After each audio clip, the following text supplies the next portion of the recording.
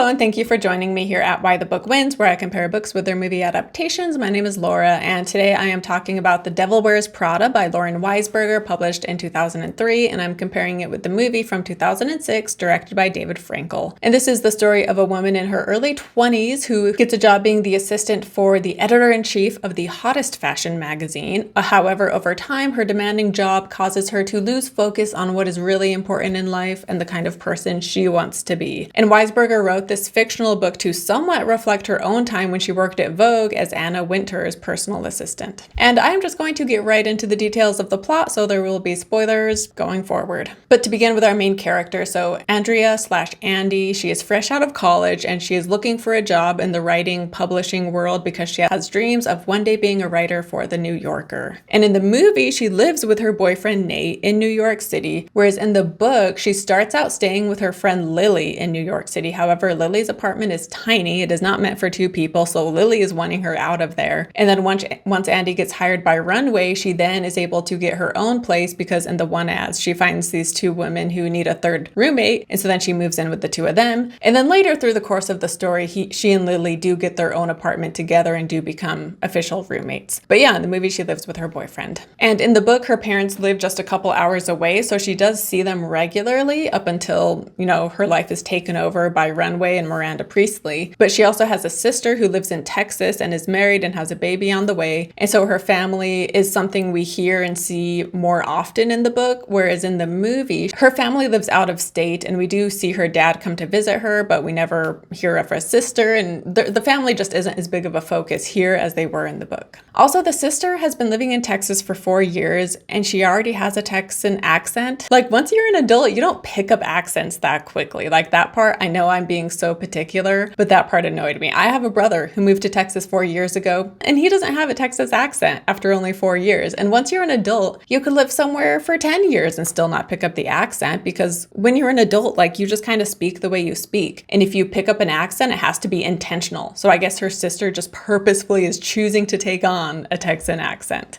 So yeah, that is her family in both book and movie. But as far as her job at Runway, so in both book and movie, she submits resumes to various magazines. And again, she ends up getting hired at Runway, being the assistant to Miranda Priestley, who is a very big deal. And in both, in the interview process, she does meet with Miranda directly. And in both, she doesn't seem like the ideal candidate because Andy knows nothing about fashion and she doesn't care about fashion. So it seems random that they hire her, but in both they do. And in the movie, as she's meeting with Miranda says something about how clearly Andy doesn't know anything about fashion because she dresses so poorly. And then she's kind of dismissed, but Andy then, she turns around and makes a stand being like, I could do this job and you judge me just because I don't dress the way you think I should, or, she goes on some spiel. However, this dramatic speech is then interrupted by one of the people who work at Runway. He just comes right in and starts talking to Miranda as if Andy isn't even there, and so her speech is cut short. And her speech was starting out to feel a little cheesy, but then the fact that they then put the humorous spin on it by having Nigel just walk right in and interrupt her, I did think was funny. But yeah, in both, Miranda decides to hire her, and in the movie again, later on, she makes more of a point saying how she hired Andy because she was so different than the usual people she hires. Whereas in the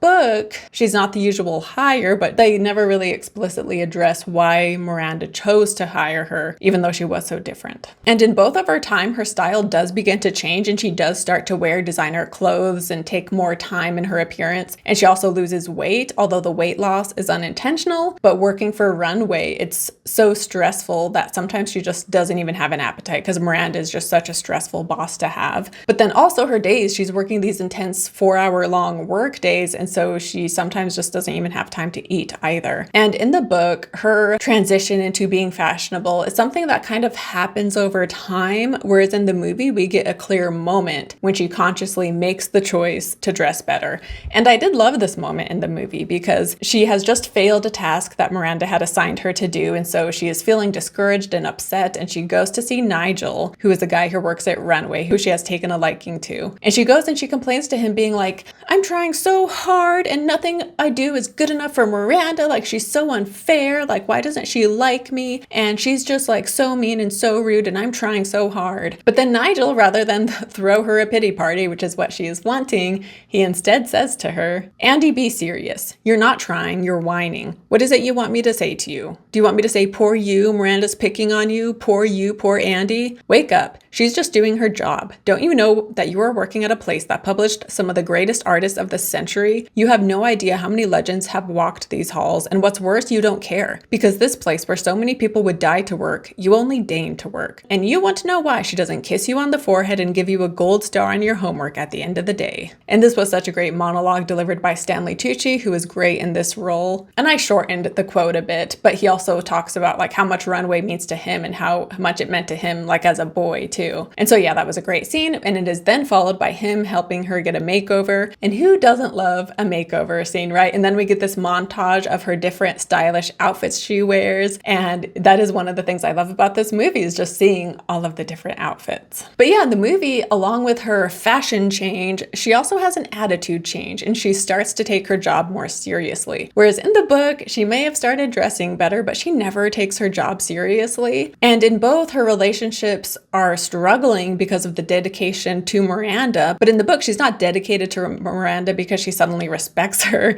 She's just dedicated to the job because she sees it as like her year of servitude. And then after that, it's guaranteed she will get a job at the New Yorker. So that is what is motivating her. Whereas yeah, in the movie, she actually starts to care, and she does start to respect Miranda as well. Whereas in the book, yeah, she never actually cared about her job, and she never liked Miranda. And to get into more about Miranda, so she does have moments, even though she never likes Miranda, Andy does have moments in the book where she kind of condescendingly pities Miranda, because she's like, oh, Miranda, she has no friends and she's probably so unhappy and so lonely, and so she pities her. And we never have a moment where Miranda is vulnerable and opens up to Andy like we see in the movie. And then there's also a funny part where she sees Miranda at an event and she talks about how striking she looks and she couldn't take her eyes off of her. But then we go on to read, she wasn't beautiful. Her eyes were a bit too beady and her hair was too severe and her face much too hard. But she was stunning in a way I couldn't make sense of. And that's like such a backhanded compliment, like an insult. But she's also saying she's stunning, but at the same time she's like, oh, she wasn't beautiful though. She had beady eyes, but something about her. So that kind of tells you how she feels about Miranda and just the lack of respect Andy has for her. And in both, working for Miranda is incredibly difficult, but because Miranda is always making these kind of insane demands at times and just expecting her assistants to be able to get it done. And she has Emily, who is the head assistant, and then Andy, who is like the secondary assistant. And she calls them day and night, making these requests, and sometimes they're personal, but you know, most of the time they are work related. And so yeah, she is a difficult person. But in the book, Andy takes Miranda's personality and her demands, she takes it all so personal. And there's a part where after she has a difficult phone call with Miranda, we read, she'd called me to drive me a little crazier, push me a little harder. She'd called me to dare me to defy her. She'd called to make me hate her that much more. And this just came across so self-centered, like as if Miranda has nothing better to do than just like sit around and think of how she can stress her assistants out, right? And I had thought that in the book, Andy would come around to realize that that wasn't accurate, right? And that Miranda was just being Miranda, and that, you know, how self-centered it was of Andy to take it so personal. However, she never does come around. And so that led me to feel like the author really was writing Miranda as someone who was that petty and who just sat around thinking of ways that she could stress out her assistants. And yeah, I just think that Miranda, especially in the book, she's just far too self-centered herself. Plus, she's like far too busy to sit around thinking of Andy, right? Like she has other things to think about than how she can torment Andy. And Andy taking it so personally, it came across as the author not having much perspective on Miranda in this whole situation. But in the movie, this is very different, because in the movie, Miranda is more vulnerable and we see more of her, and she is more complex than in the book. And in the movie, we see that her husband, that, you know, their relationship is strained because Miranda has such a demanding job and because she is such an important figure. And over time, she eventually is getting divorced from him. And while they are in Paris, Andy walks in on Miranda without any makeup on, and and she is just very vulnerable and open, talking about the divorce and talking about her fears in regards to her twin daughters and how this divorce will affect them. And then there's a scene in the movie when Andy is talking to Christian, a guy I will get to later, and he is insulting Miranda. But Andy at this point, again, in the movie, she respects Miranda and she sees that she's more complex than people realize. But she defends Miranda, telling Christian that if Miranda was a man, no one would talk crap about her because they would just be impressed and see, him, quote unquote, as a strong boss. And so just the double standard we have with women, where if a woman is a tough boss, we don't respect it. Whereas if a man is a tough boss, we aren't as bothered by it, generally speaking. And again, this was not in the book. But to talk about Paris, so in October is Paris Fashion Week, and Emily, the head assistant, will be going, and she is beyond excited about this. And Andy, for that week, she has plans with her boyfriend, which she is very excited about because she and her boyfriend have had a rocky relationship ever since her time has been taken up with Runway. And so she's excited to get this special time with him. However, in the book, Emily gets mono, and so she is told that she cannot leave her apartment, let alone go to Paris for 3 whole weeks. And so she has her doctor call Miranda and explain things to Miranda. And then Emily calls Andy, telling Andy, like, you are the one who needs to go to Paris now. And so then Andy tells her boyfriend that she can't make it to their special weekend getaway. And so then Andy's boyfriend breaks up with her because he says that they should go on a break. So it's not an official breakup, but this is basically the last straw for him. Whereas in the movie, this is different because Emily does get sick. However, she is still planning and wanting to go to Paris. However, she's kind of slipping at work, probably due to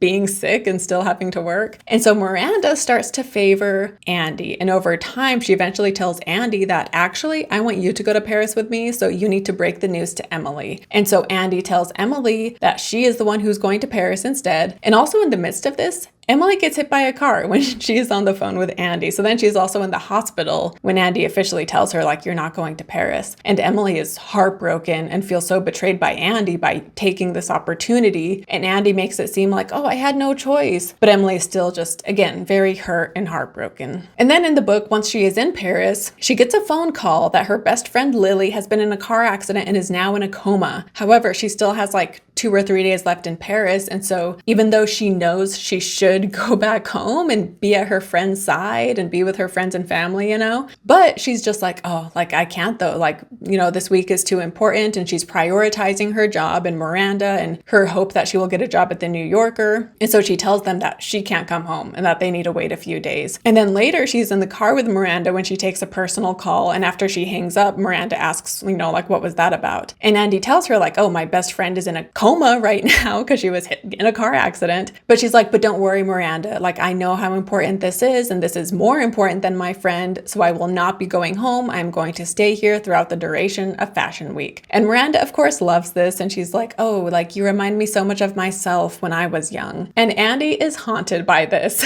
after Miranda says it, because she doesn't like Miranda. So to hear that she is similar to Miranda, she hates that. And then later that very day, Miranda approaches Andy, and she is fuming because her twin daughters don't have passports. And her daughters were supposed to meet her in Paris. And she is talking to Andy as if this is Andy's fault. And so she's upset that they don't have passports, and she's telling Andy that she needs to get their passports. And she's just being very rude and ridiculous and angry. And Andy, it's just the final straw. And so she tells Miranda, like, F you. And then she walks away and flies back home. Whereas in the movie, she is enjoying her time in Paris. Nigel is also there, and Nigel confides in Andy that he has got a new job. And so he is beyond excited about it. And Andy is very excited for him as well. And then later on, Andy is with Christian, and she and Christian hook up. And then the next day she finds out through Christian that Miranda is being replaced. And she's just like, what?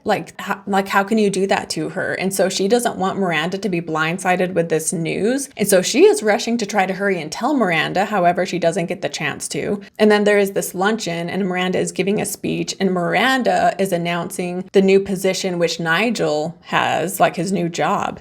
And so she's announcing who this person is who has this job, and Nigel and Andy think it's Nigel, but then Miranda announces the name of the woman who Andy thought was going to replace Miranda. So basically, Miranda knew that she was going to be replaced. However, she talks to the people in charge, and she convinces them that, like, you can't get rid of me. Like, no one can do this job like me, essentially. And so she's able to fix it by the woman who was supposed to have her job. She gives her the job that had been supposed supposed to go to Nigel. So Nigel gets screwed over in this whole situation, basically. However, he takes it in stride and he's just like, hopefully next time, I'll get the job, essentially. And when Andy and Miranda are in the car later, Andy tells her, like, I can't believe you would betray Nigel like that after he has been such a loyal, dedicated coworker, employee, And Miranda tells her, like, oh, basically, like, don't be so self-righteous because you did the same thing to Emily. Like, you screwed over Emily when the opportunity to come to Paris arose. Andy tries to say, like, oh, that was different. But ultimately, she realizes that she and Miranda both have kind of stepped on people in order to get where they are now. And so when Andy has this realization, she's like, wow, like that's not who I want to be. And so when they exit the car, Miranda goes one way and then Andy just leaves and she throws her cell phone away, which her cell phone,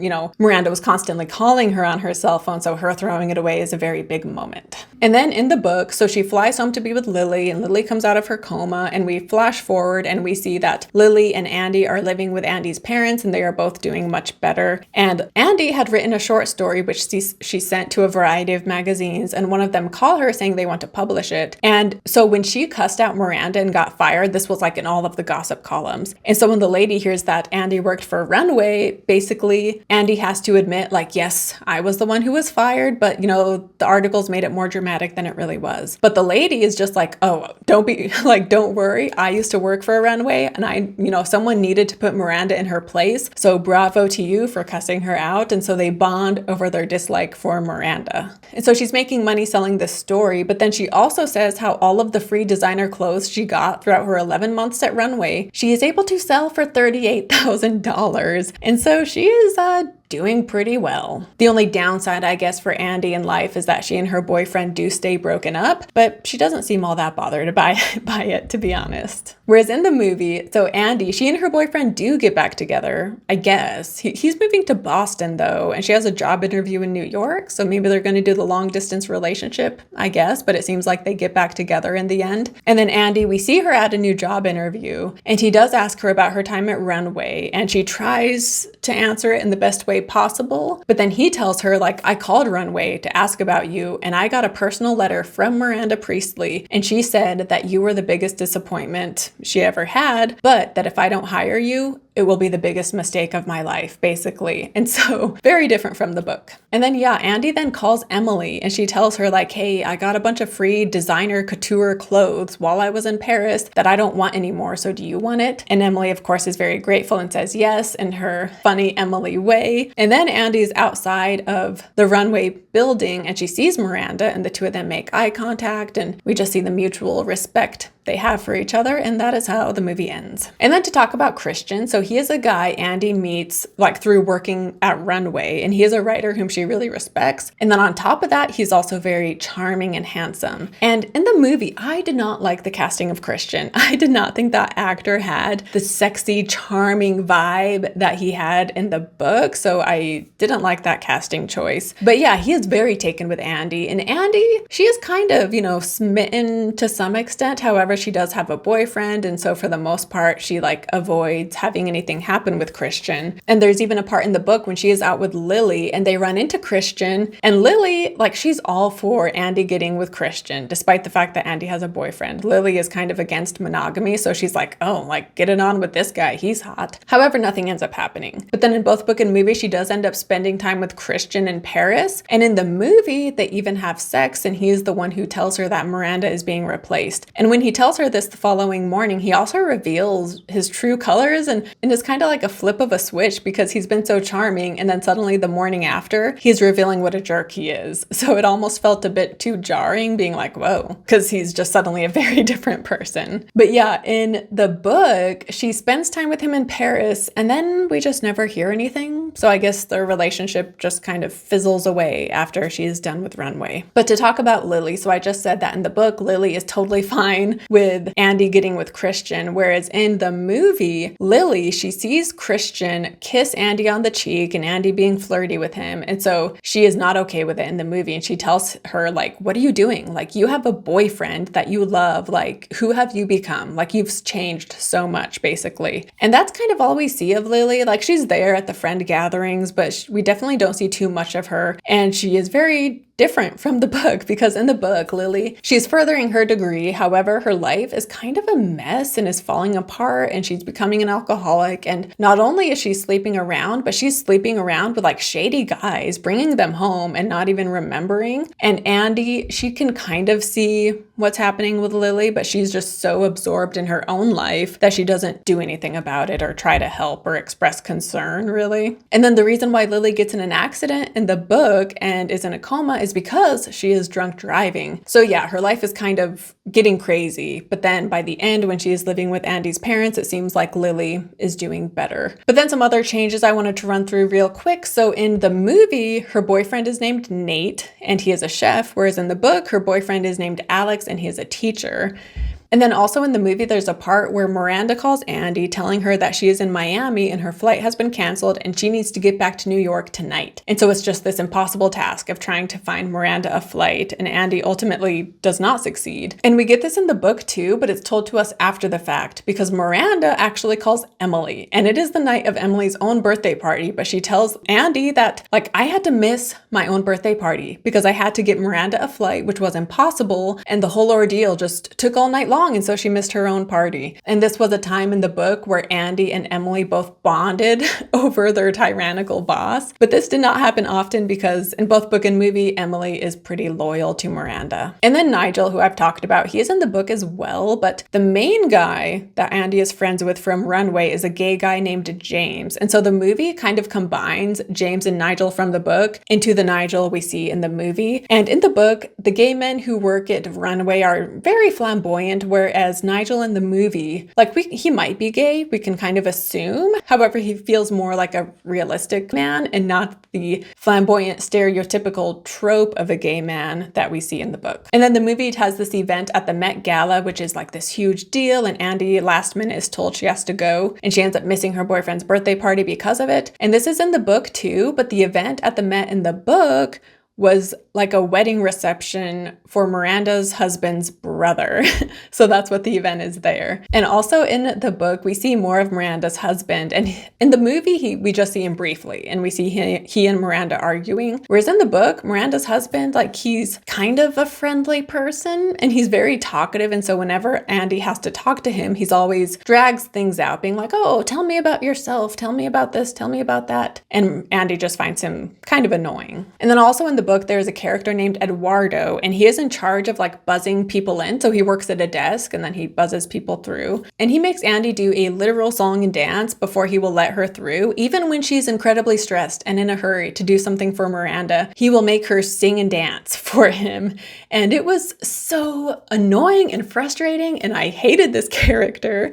And then later when Andy quits, she goes back to the building and she sees Eduardo doing this to the new assistant. And she says the new assistant is on the verge of crying because she is so stressed out. And yet Eduardo still makes her do a song and dance. And I was just so annoyed. But then the book ends with Eduardo, because she has like an interview in this building and that's why she's there again. And Eduardo makes the new assistant do a song and dance. But then when it's Andy's turn, he just buzzes her on through, and we read, when I looked back to Eduardo, he smiled quickly in my direction and winked. And then while the pretty brunette girl finished singing her verse, he buzzed me through like I was someone who mattered. And I didn't understand this last line of the book, because that's literally the last line. Like, is it implying that now she is someone who has self-respect? And so now that she is not the assistant and she had the self-respect to quit her job, now Eduardo doesn't make her do that anymore? I don't know. But still, like, Eduardo, it was so messed up that he did that, and I felt so bad for the new assistant. And Andy, rather than being like, man, Eduardo is a jerk, that poor girl, I know what it's like to be in her shoes, instead she acts like she likes Eduardo and she understands why. I don't know. Honestly, that last line confused me, and I didn't like what it seemed to be implying, that she is like a higher status now, whereas this new assistant is like a lowly person who has no self-respect. And so why not her do a song and dance, you know? So yeah, tell me what you make of that last line, but I didn't like it. And then when it comes to book versus movie, I'm just gonna say it because it's no surprise to anyone. The movie wins. It was much better than the book. Like, the book was fine. I didn't hate it. And I would potentially read more books by this author, but yeah, she wrote Miranda in such a one-dimensional way. And I just loved that instead we see the full picture of her, and she's a much more nuanced, complicated person in the movie. And then of course, Wars, she is played by Meryl Streep, who was fantastic. And Streep said that she was inspired by Clint Eastwood because as a director, she said Clint Eastwood, he's always very soft-spoken, like he never raises his voice. And yet like he commands any room he walks in and people respect him so much. And so that is what she was going for with Miranda. And yeah, the book, it just came across very petty.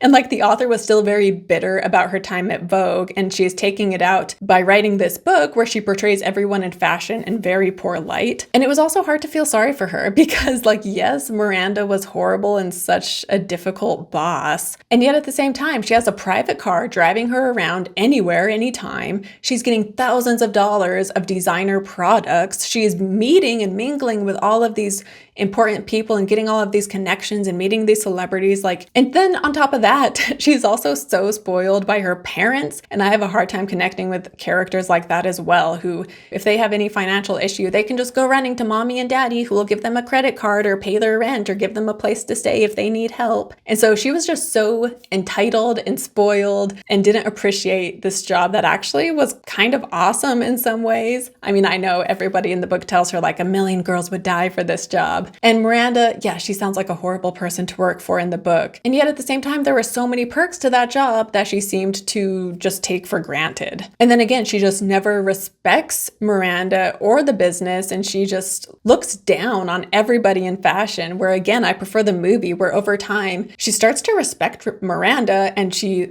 starts to respect the business. And so I love that change as well. And then I also love the cast. Of course, it's amazing. Aside from the guy who played Christian, horrible casting in my opinion for that role. But aside from him, I loved the cast. So yeah, the movie wins by far. Honestly, the book, like I for the most part, I would not recommend it. And yet at the same time, like it wasn't the worst book I've ever read. And I did get some enjoyment from reading it. So I think I gave it 2 out of 5 stars, which is pretty low, but I didn't give it 1 star. So I guess that's something. But I did want to say on Goodreads, it's really annoying because there are quotes from the movie that Goodreads lists as being quotes from the book, even though they are not in the book. Like Andy standing up for Miranda. I found that really annoying. Like who is on Goodreads taking quotes from the movie, acting like it was in the book, even though these quotes were not in the book. These quotes were not written by Lauren Weisberger. They were written by whoever adapted the script. So that really bugged me. I don't know who is on Goodreads doing that, but stop doing it because those weren't in the book. But anyway, thank you so much for watching this video. Don't forget to like and subscribe. Let me know your thoughts on both book and movie down below. Also,